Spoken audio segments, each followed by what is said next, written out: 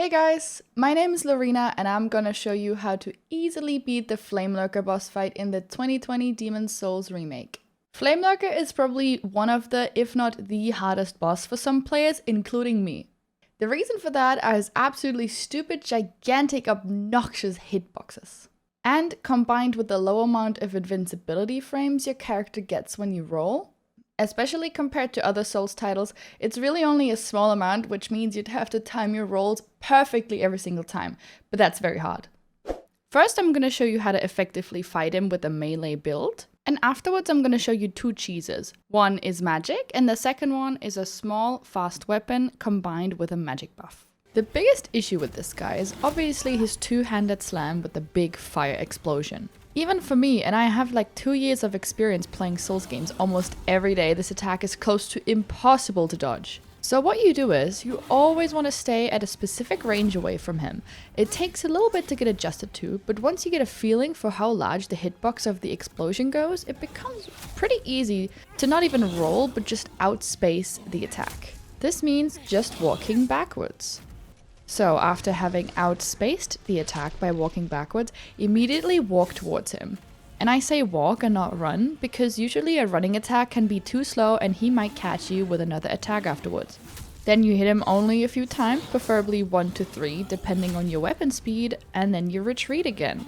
If you do this properly, you don't even have to roll away or anything, because in most cases he will bunny hop away from you after you've staggered him. So if you do this properly, he probably won't even touch you because you keep staggering him and then he will bunny hop away and then you bait out his attack again, you hit him again, he jumps back again, and that's pretty much the whole fight.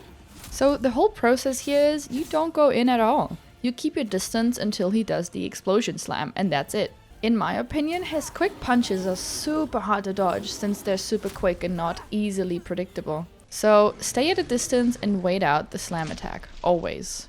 The feeling for the range and the hitbox of the explosion attack can take some time to get used to, but after just a little bit of time, it'll be very easy for you, really. Should you find yourself too close to him and it's too late to run backwards and outspace the slam attack, the best thing you can do is roll at the very last moment possible. The thing is, it's likely going to be later than it feels, so definitely keep in mind that you're supposed to roll late. Try to roll behind him to your left. This will not always work, but in a clutch situation, this gives you the best chances for survival.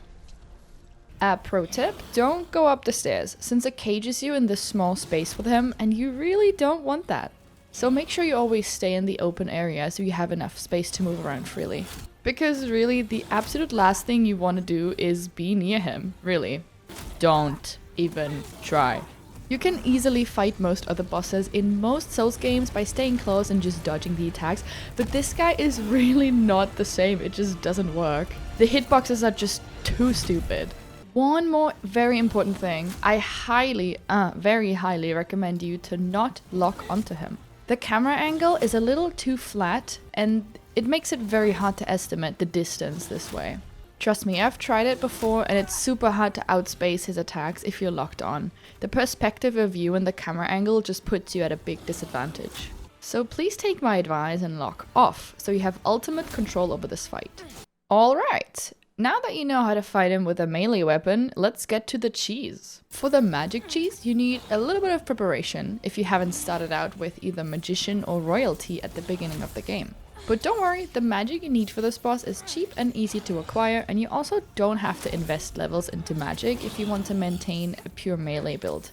Because the damage from a low level character with just one basic magic spell is enough to kill Flamelurker with just a bit of patience and practice. The strategy here is the same. You want to wait for either his jump or slam attack to safely cast your spell.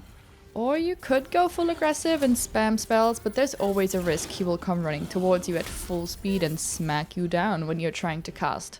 So I recommend you to be patient and keep your distance and wait out these specific attacks. If you run out of MP, use some fresh spice to replenish it, so make sure you buy enough beforehand. You can buy that from Baldwin the blacksmith in the Nexus. And now I'm gonna show you cheese method number 2. Which is used in no magic speedruns, by the way. So you can try this if you really don't want to use magic. You need some sticky white slime. I'll explain how to get it later. You'll also need a very fast weapon, preferably the dagger, which you can buy from Baldwin the blacksmith too. Okay, Flamelurker staggers with only the slightest touch, which means you can lock him in a stagger loop. To do this most effectively, try to hit his leg and arm at the same time, so position yourself to one of his sides. It doesn't always work out, because his AI is sometimes a little buggy and it just doesn't really do what it's supposed to do, but after almost every single time you stagger loop him, he will bunny hop backwards twice. Sometimes he doesn't, but most of the time he does. So if you react quickly, you can get out of the way of those jumps and then get ready to start stabbing him again before he can start attacking. He does take a decent amount of time after his bunny hops to recharge, so you can use that opening to start stagger locking him again. This is not as easy as it looks, and it does take some practice to get used to, but in this video I'm using a +0 dagger, and just the white slime deals so much damage. So you can totally grab some upgrade materials in Stonefang Tunnel, lots of sharp stone shots for you to find throughout that world. And with a possibly upgraded dagger and some sticky white slime, you can practice this cheese, and with a bit of luck and also patience, this might be your solution. You'll probably need to reapply the slime once more during the fight, so make sure you do that after you baited out his slam attack. And should you ever accidentally lose him and he goes berserk again, just do what I showed you in the first part of the video. Wait out the slam and then go stab his knee and arm again. Lastly, I've got some extra preparations and tips for you. You can pick up the Burrower's armor. You can find it one level before you drop down to the Flamelurker area. It's close to this stream of lava here. It has a high fire resistance, which is great for this fight. If you want to be extra safe, you can pick up the flame resistance ring. You can find it at the 2 Dragons lair before the big bridge in the first level. This is also where you can pick up the purple flame shield, which has a really high fire resistance, which can come in handy against Flamelurker. If you want to be extra safe, you could also buy the water veil spell from Freak's apprentice in the Nexus. It also increases fire resistance, however, you need 14 intelligence to be able to equip 2 spells at the same time. And you just need to decide for yourself if you think that's worth it or not. You should also pick up the Crisp Blade, which you can find before the elevator leading down to Armor Spider. It'll increase the damage of magic spells if you hold it in your offhand. That's really useful. A weapon that works great with Flamelurker is the Crescent Falchion. You can pick it up in World 4-1. Go past the skeletons, go left here, go left again, and pick up the weapon. It deals magic damage only, and even at no levels into magic invested, it still deals a decent amount of damage to Flamelurker. You can also put some sticky white slime onto your weapon to give it a magic buff.